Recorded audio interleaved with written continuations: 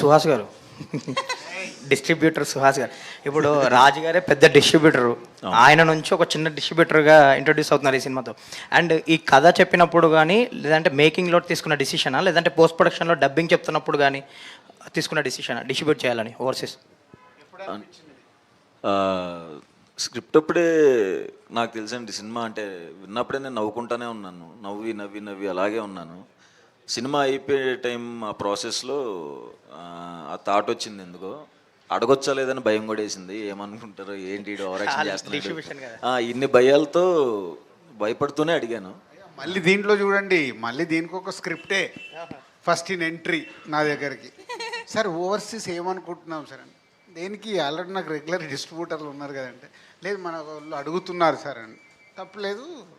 So Suhas గారి సినిమాలు అంతకుముందు ఎంత పే చేసాయి, ఈ సుహాసి కనుక్కోండి, దాన్ని బట్టి ఒక ప్రైజ్ అనుకొని ఇద్దాం. లేదు వాళ్ళని అడుగు అన్న.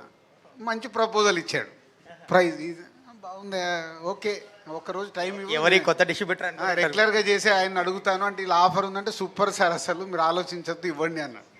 చెప్పా ఓకే పిలువు మాట్లాడదామని. తర్వాత రివీల్ అయింది, టట్టటా సినిమాలో హీరో ఎంట్రీ ఇచ్చినట్టు ఎంట్రీ ఇచ్చాడు. అంటే వెనకాల ఎంత ప్లాన్ చేసుకున్నారు వాళ్ళు ఇద్దరు. అంటే ఉండుంటుందిలే, సుహాస్ చెప్తున్నట్టు. అరే నన్ను వచ్చి ఈ సినిమా నేను కొనుక్కుంటాను ఏరియా కానీ అడగాలంటే మేబీ సార్, అంతే కదా సార్.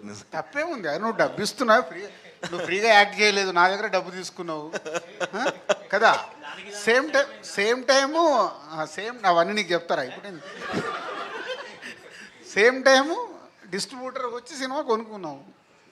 సో ఫస్ట్ డిస్ట్రిబ్యూటర్ కదా ఆ డిసిషన్. అదే అండి, అప్పుడే తీసుకున్నాను. సినిమా అయిపోయిన తర్వాత అడుగుదాం అనిపించింది, లక్కీగా ఆయన ఓకే అన్నారు. So super happy. డౌట్ అది ఒక నిజం. మరి నువ్వు డైరెక్ట్ అడగకుండా ఈయనతో ఎందుకు అడిగించావు? భయం వేసింది సార్, భయం వేసింది సార్. డైరెక్ట్ ఇలా తీసుకుంది అలా ఇచ్చేసారు, అంతే కదా రాజుగారు.